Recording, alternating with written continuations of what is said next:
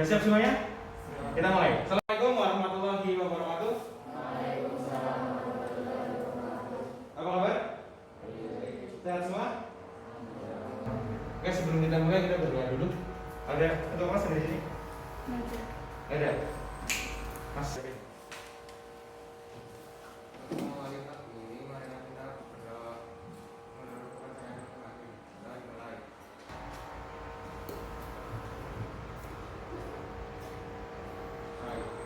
Terima kasih.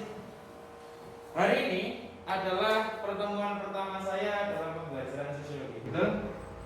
Iya.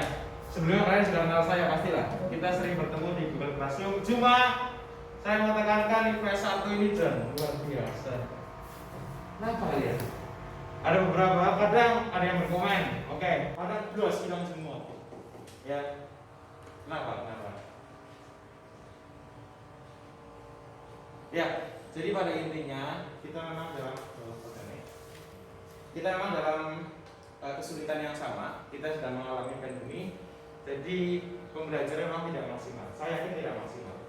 Kita sudah sangat memaksimalkan untuk pembelajaran di Google Classroom.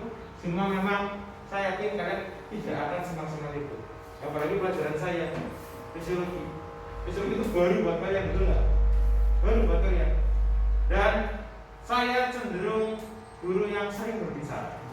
Karena sosiologi ilmu sosial itu mudah sekali ketika menerangkan secara langsung. Tapi ketika itu dipindah ke Google Classroom, saya kesulitan. Justru kesulitan.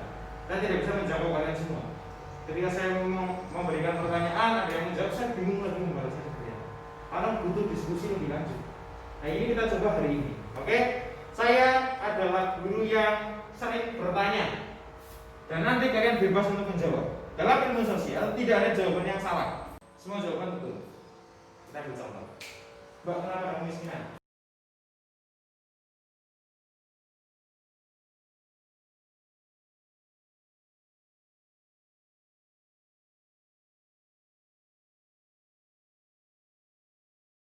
Pekerjaan, betul. Mas, kenapa?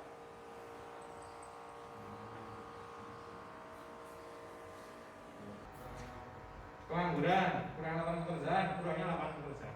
Apakah jawabannya ada yang salah? Apakah semuanya betul? Betul. Satu lagi. Kenapa ada kemiskinan? Karena ada kemalasan, betul nggak? Betul. Karena tidak ada semangat bekerja, betul nggak? Betul. Enaknya di ilmu sosial, semua jawaban, pendapat itu hampir semuanya benar. Saya cenderung orang yang sangat menghargai itu. Jadi ketika kalian tugas kalian saya baca, intinya dapat, walaupun kalimatnya agak sedikit kalian tambahkan sendiri, itu malah lebih bagus. Ini yang harus kalian pegang di situ. Oke? Sebenarnya saya pengen tahu dulu, absen dulu. IPS 1 sesi ke ya.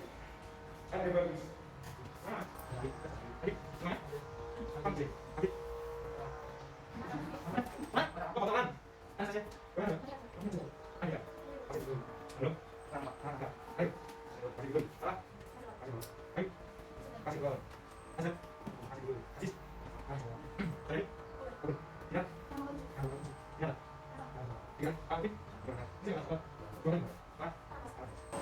Ya, terima kasih. Saya akan coding dari mulai awal dulu sosiologi. Apa itu sosiologi?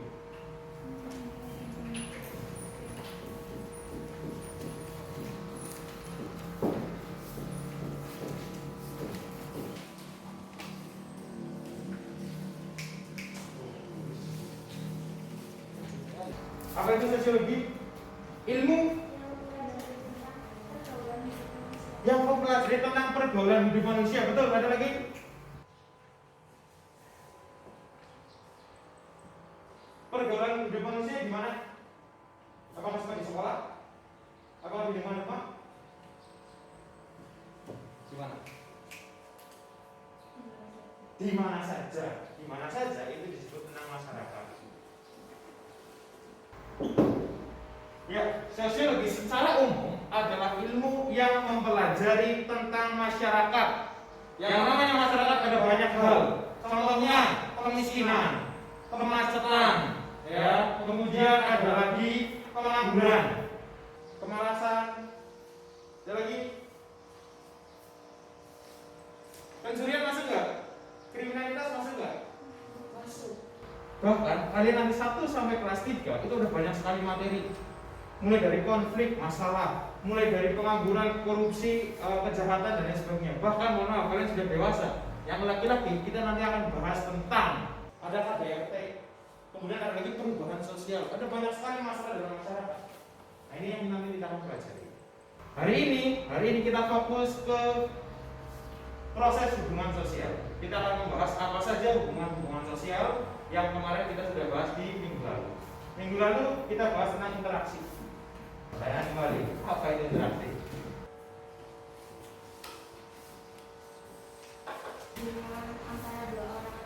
Hubungan antara dua orang atau lebih. Terima kasih. Interaksi, hubungan antara dua orang atau lebih. Saya dengan kalian, ini interaksi bukan? Iya. Mbak dengan Mbak, kalau lagi ngobrol interaksi bukan? Iya. Kemudian misal Mas, kamu sedang membaca buku, interaksi bukan? Nah, interaksi bukan? Bukan, kenapa bukan? Karena cuma individu diri sendiri itu interaksi. Syarat interaksi ada 2. 1. Itu cuma refleksi minggu lalu. Bisa saya rangkum di kelas itu sudah ada semua. Saya juga buatkan video, nonton video di sini. Ya.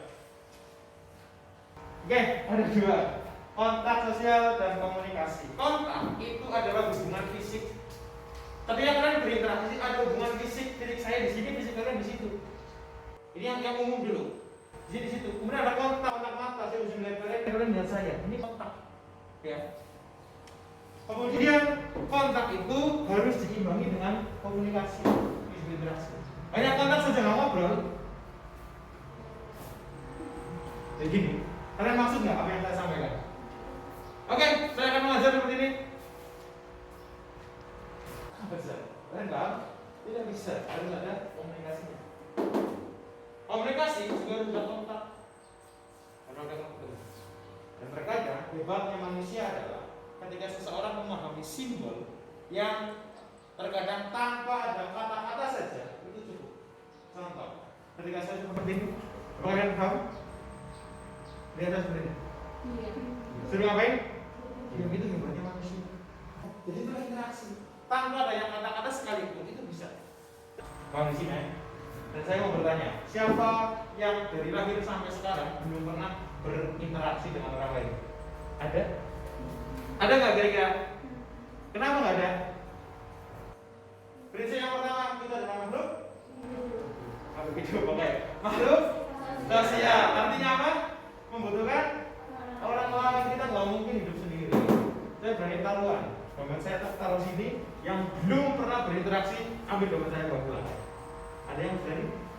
Nggak ada. Semua orang berinteraksi. Ya, kalian dengan orang tua kalian, kalian dengan adik kalian, kalian dengan orang-orang di sekitar kalian itu interaksi. Paham dulu sampai sini? Kita lanjutkan proses hubungan sosial. Tujuan hari ini adalah untuk mempelajari bagaimana hubungan yang baik dan hubungan yang kurang baik dalam masyarakat. Gitu ya. Saya guys, proses hubungan sosial. Proses hubungan sosial ada 2. Yang pertama proses, yang kedua proses. Dari kedua kata itu sebelum kalian tahu mana yang positif mana yang negatif. Asosiatifnya positif, disosiatifnya negatif, itu pasti. Yang namanya depannya dis, apapun yang depannya dis itu masih negatif. Diskualifikasi, diskriminasi, ya kan? Itu pasti negatif. Ini. Apa itu asosiatif? Mas dari bawah kelihatan? Kalau saya mas. Definisi adalah hubungan sosial yang mengarah pada penyatuan masyarakat.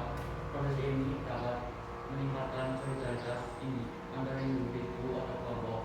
Adapun macam proses asosiatif kerjasama, akomodasi, akulturasi, asimilasi, dan amalgamasi. Oke, terima kasih. Ini definisi asosiatif. Hubungan sosial yang mengarah pada penyatuan masyarakat. Proses ini dapat meningkatkan solidaritas. Jelas positif. Ini hubungan-hubungan yang positif. Ada contohnya, kerjasama, akomodasi, akulturasi, asimilasi, yang berbangsa mungkin asing. Tapi yang paling gak asing kerjasama, ya. Kita akan bahas dulu. Kerjasama adalah tindakan atau pekerjaan yang dilakukan secara bersama-sama. Siapa yang di kelas ini belum pernah melakukan kerjasama? Ada? Ada nggak? Pernah melakukan semuanya? Pernah, saya yakin pernah. Ya. Kerjasama adalah ketika kalian bekerja untuk menyelesaikan suatu hal bersama-sama. Kerja kelompok di sekolah, piket bersama, di lingkungan RT kerja bakti. Ini adalah kerjasama. Apa manfaatnya? Pekerjaan yang cepat selesai. Kemudian yang kedua, pekerjaan berat menjadi ringan. Dan kerjasama ini, apa yang terjadi ketika kalian tidak nongol sekalipun? Apa yang terjadi? Meninggal, ya, lagi rame-rame, lagi dimandikan, tiba-tiba kalian di rumah malah nyetel musik dan hutan. Apa yang terjadi? Patut nggak kira-kira? Enggak. Yang terjadi adalah tetangga kalian akan berpikir, lah orang patut teman, wong lagi kayak ini malah dangdutan.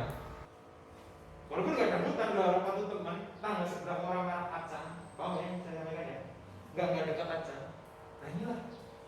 Ketika itu sudah terjadi, kalian kena musibah, kalian ada hajatan, kalian ada pekerjaan, tetangga kalian kira-kira bantu nggak ketika kalian nggak membantu? Kamu nggak akan sulit sekali. Hidup ini, apa yang kita berikan, itu yang kita dapatkan, itu pasti. Ketika kita menghargai, kita akan dihargai. Ketika kita menolong, kita akan ditolong. Ketika kita menghormati, kita akan sebenarnya di situ. Ini yang perlu kalian pahami. Ya. Akomodasi adalah upaya menyelesaikan masalah. Di dalam masyarakat tidak mungkin tidak bermasalah, betul nggak? Pasti ada ketegangan. Kalau tanggane, kalau kancane, bahkan sama adik kita, sama kakak kita, sama orang tua kita, dalam kehidupan sosial cenderung ada masalah. Dalam satu kelas saya yakin 3 tahun kalian bersama nggak mungkin nggak ada masalah. Minimal ada masalah, ya kan? Nah, ketika ini masuk dalam masalah. Bagaimana cara menyelesaikannya? Ada banyak. Yang pertama, koersi, paksaan.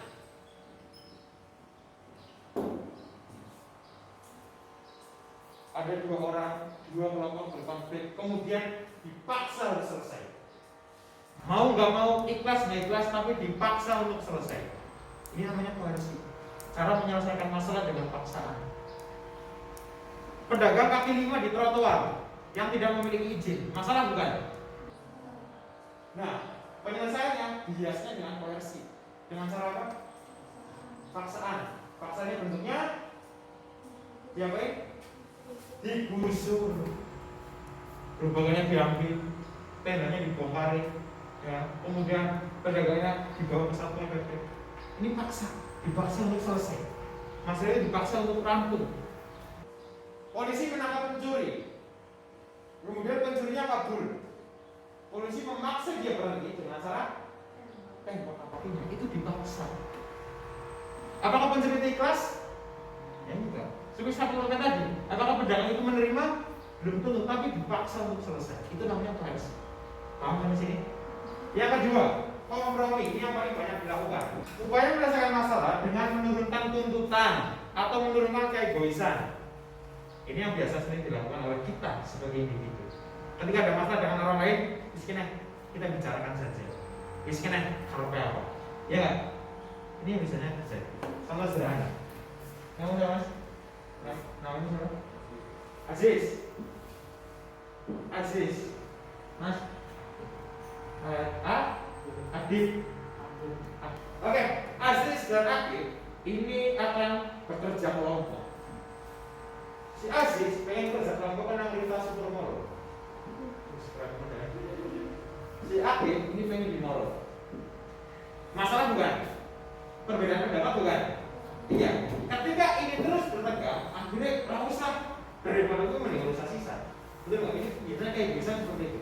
Tapi dengan cara kompromi diselesaikan. Wes saya baik, enaknya nanti, enaknya di mana? Wes tengah-tengah baik. Akhirnya mereka sepakat untuk menurunkan tuntutannya. Akhirnya ketemu di tengah-tengah mereka. Paparon misalnya, Kompromi kompromi ya, mengurangi tuntutan, mengurangi kebebasan untuk menyelesaikan masalah. Ini yang paling banyak digunakan oleh individu. Lanjut. Cara yang ketiga apa? Mediasi adalah upaya menyelesaikan konflik melalui pihak ketiga, namun pihak ketiga bersikap netral dan tidak memberi keputusan, tidak memberi, dan hanya memberi saran. Aziz dan Akib tadi berkonflik, ya. Kemudian dengan cara kompromi itu nggak selesai. Kemudian menggunakan cara ini dengan pihak ketiga, mengundang kancane. Mas kamu siapa? Azhar. Mengundang Azhar untuk menyelesaikan. Terus tolong selesaikan masalah saya dengan dia lah. Nah pihak ketiga biasanya akan menanyakan, anu kenapa? Anu kenapa? Kemudian oke, menurut saya kalian seperti ini saja, akur saja, kalian teman. Tapi apakah jaminan itu akan akur? Jaminan apa enggak? Tidak, karena hanya memberi saran saja. Sikapnya netral. Ini hebatnya dalam kehidupan. Dan cara yang ketiga, arbitrasi. Apa arbitrasi? Arbitrasi sama. Pihak ketiga, tapi pihak ketiga ini bisa mengambil keputusan. Ketika dengan teman tidak bisa, ketika saya tadi mediasi juga tidak bisa, biasanya akan menggunakan siapa? Kalau di kelas ini, mediasi sama ini? Burung ya? Burung juga BK Pak. Kalau misal tadi berkonflik dengan teman tidak bisa menyelesaikan, biasanya akan lebih tinggi lagi arbitrasi. Guru biasanya. Nah, kalau saya kan guru mapel, biasanya akan wali kelas. Wali kelas akan menyelesaikan masalah itu. Kalau saya tadi dalam kelas itu, saya hanya mediasi saja. Mau akur ya silakan, nggak akur ya nggak masalah. Cuma kalau mereka datang berdua langsung ke saya akan menyelesaikan itu. Tapi karena itu dalam kelas, saya nggak mungkin menghakimi mereka, betul nggak? Nah ini arbitrasi, ada cara-cara tertentunya. Maksudnya di bawah teman-teman lapor ke wali kelas, Bu itu berkonflik karena masalah ini. Kemudian gurunya akan memanggil biasanya dua anak tersebut, maunya seperti apa. Saya di kesiswaan itu sering seperti itu. Ada masalah di kelas, ada berkelahi dan lain sebagainya, saya panggil dua-duanya, saya tanya kenapa, maunya apa. Sampai di sini paham? Bedanya dengan mediasi paham? Kalau mediasi tidak bisa mengambil keputusan, kalau arbitrasi bisa mengambil keputusan. Selanjutnya konsiliasi. Konsiliasi. Ya. Konsiliasi merupakan pengendalian konflik melalui menjatuhkan penyelesaian masalah. Ya. Kalau mediasi bisa dengan teman, bisa dengan orang sekitar. Kalau arbitrasi itu lebih tinggi dari itu, ya, bisa dengan guru, apalagi dengan ruang, bisa dengan Pak RT, Pak RW, Pak Lurah. Tapi kalau konsiliasi ini ke lembaga yang lebih tinggi, ya, yang mempunyai status dan kedudukan yang berbeda. Contohnya dalam kasus KDRT, mohon maaf sebelumnya, dalam kasus KDRT kekerasan dalam rumah tangga itu bisa diselesaikan dengan ini. Dipaksa selesai bisa nggak? Bisa, cuma terkadang mental nggak selesai. Kemudian akan turun kedua, kompromi. Dari kedua belah pihak ngobrol, suami dan istri ngobrol, maunya apa? Udah kita seperti ini saja, kita harus memikirkan ini, memikirkan itu. Tapi ternyata bisa mental. Kemudian mediasi dengan memanggil kakaknya, memanggil saudaranya untuk menyelesaikan masalah. Apakah jaminan selesai? Tidak. Arbitrasi, wis karena ada kekerasan dia manggil Pak RT, karena ada kekerasan dia manggil Pak RW, Pak Lurah dan lain sebagainya yang punya jabatan. Apakah juga jaminan selesai? Walaupun sudah dipaksa untuk selesai, belum tentu. Konsiliasi dengan memanggil lembaga, dia masuk ke perlindungan perempuan, masuk ke perlindungan anak dan lain sebagainya. Inilah konsiliasi. Paham sini ya? Kalau itu masih belum selesai juga, itu pakai cara yang terakhir. Masalah Mas. Kasih. Adjudikasi. Adjudikasi adalah upaya menyelesaikan konflik melalui jalur pengadilan. Ya, ini sudah paling terakhir gambarnya ini. Ini spol. Dengan cara apa? Pengadilan, atau sidang. Itu paling terakhir dalam menyelesaikan masalah. Kenapa sidang diletakkan di paling akhir? Karena keputusan hakim itu mutlak. Kenapa ini diletakkan paling akhir? Karena sudah tidak mungkin lagi diselesaikan. Ini sudah pasti. KDRT tadi, nih udah dipaksa akur, sudah dibicarakan berdua suami istri tetap tidak akur. Memanggil kakaknya, memanggil ponakannya, memanggil sepupunya tetap nggak bisa akur. Sudah diselesaikan oleh Pak RT tetap tidak akur. Dibawa ke lembaga perlindungan perempuan tetap tidak akur. Akhirnya jodoh ini terakhir. Udah kalian punya masalah ini karena gimana? Kata Paul bisa nggak kira-kira? Ketika aku sudah bilang serai nggak kira-kira? Ini pasti. Ini yang paling aku. Mohon maaf sekali lagi saya bukan sedang membicarakan hal itu, tapi itu biar gampang saja contohnya, ya, biar kalian gampang saja. Jadi kebetulan lagi kita mau pulang. Ini upaya menyelesaikan masalah. Sampai sini ada pertanyaan? Kita lanjutkan.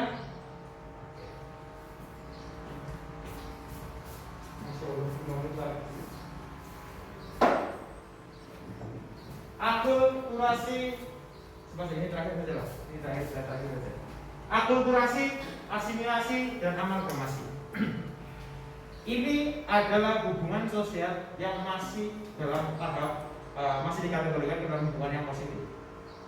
Akulturasi adalah proses penerimaan budaya asing tanpa meninggalkan budaya asal. Contohnya seperti ini. Kalian punya budaya, ini budaya asal, masuk budaya baru. Ini akan menjadi budaya campuran. A-nya tidak hilang, B-nya tidak hilang. Ini pelan-pelan agak besar. Kalian punya budaya asal, kemudian masuk budaya baru dengan adanya proses interaksi, dengan adanya proses hubungan. Kemudian jadilah budaya A dan B. A-nya tidak hilang, B-nya tidak hilang. Ini yang dinamakan dengan akulturasi.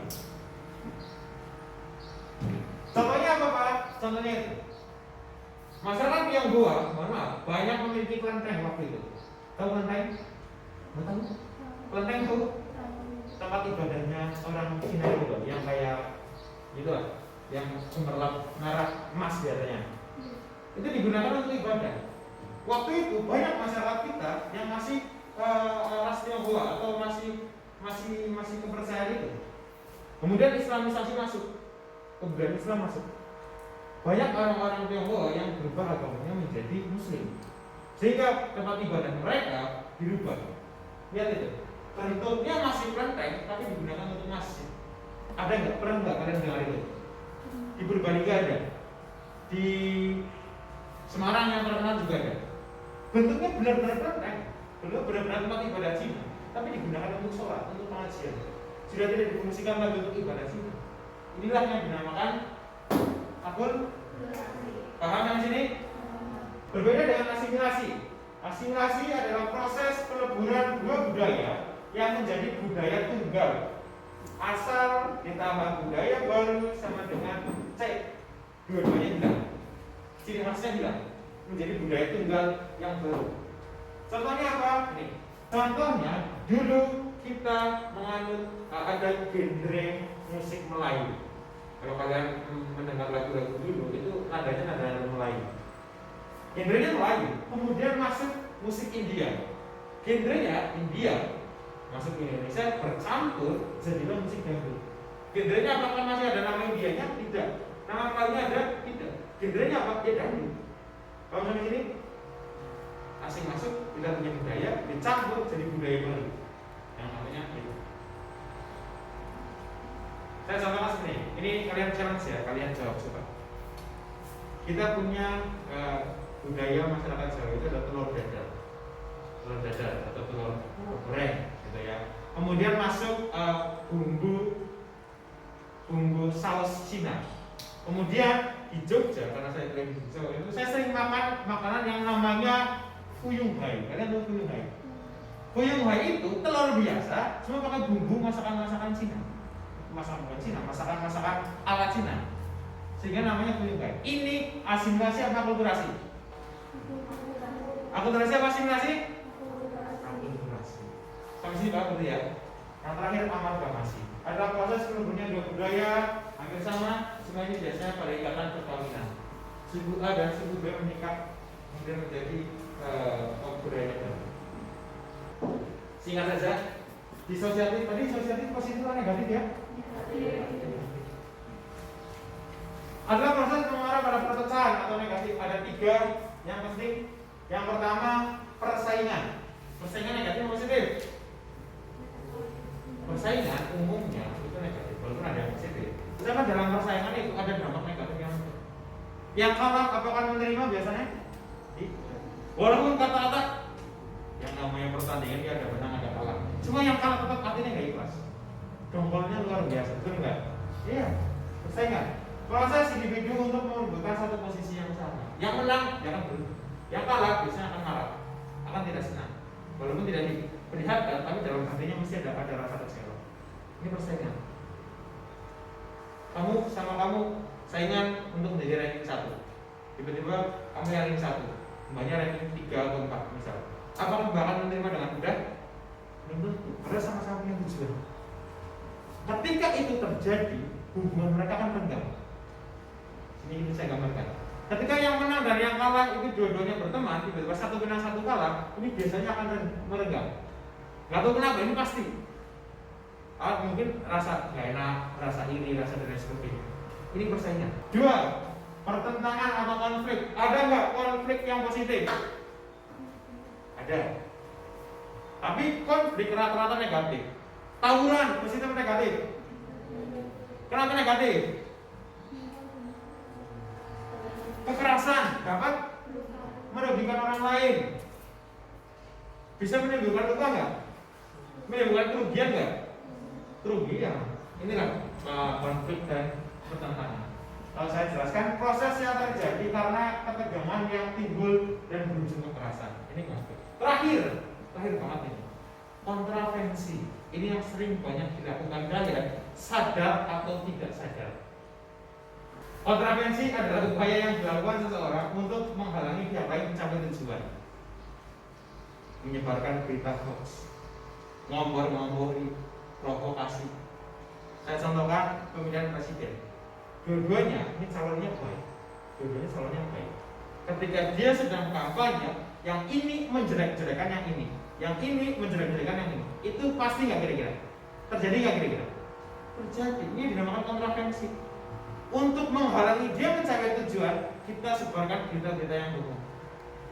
Apa yang terjadi? Dia akan dirugikan. Walaupun dia tidak melakukan itu, tapi ada berita bohong, dia pasti akan terganggu dari berita itu. Ini namanya kontravensi. Ngompori. Sebelum saya tutup, hari ini kita dapat apa aja? Kita dapat, saya berikan satu-satu. Kita dapat interaksi sosial. Interaksi sosial apa itu? Hubungan antara dua orang atau lebih. Kalau seorang saja interaksi bukan? Saya membaca buku interaksi bukan? Saya tiba-tiba di kamar mandi sambil nyanyi interaksi bukan? Bukan. Ada 2 syarat interaksi. Satu. Oke, kalau mata dengan mata itu disebut sosial. Komunikasi bisa verbal atau bisa dengan isyarat. Itu komunikasi. Proses hubungan sosial, saya akan fokus. Proses hubungan sosial dalam masyarakat ada 2. 1. 2. Yang positifnya mana? Yang negatif? Itu satu lagi lah. Yang contoh asosiatif 2 aja. Contohnya apa? Contohnya? Satu lagi, Mas. Contohnya asosiatif apa? Akomodasi. Yang perpecahan, yang disosiatif? Persaingan? Konflik? Kontravensi. Oke. Itu untuk tulang hari ini. Mohon maaf apabila ada banyak kata-kata yang kurang berkenan. Semoga dari pertemuan singkat ini ada materi yang dapat kalian pahami, lebih paham daripada kita belajar di Google Classroom. Itu, terima kasih. Saya akhiri. Ada pertanyaan nggak sebelumnya? Tidak. Kalau ada pertanyaan silakan tanyakan saja ke saya. Cari nomor saya bisa atau cari dari media-media dari Google Classroom di forum, tanyakan di situ juga nggak apa-apa. Saya akhiri. Terima kasih. Assalamualaikum warahmatullahi wabarakatuh.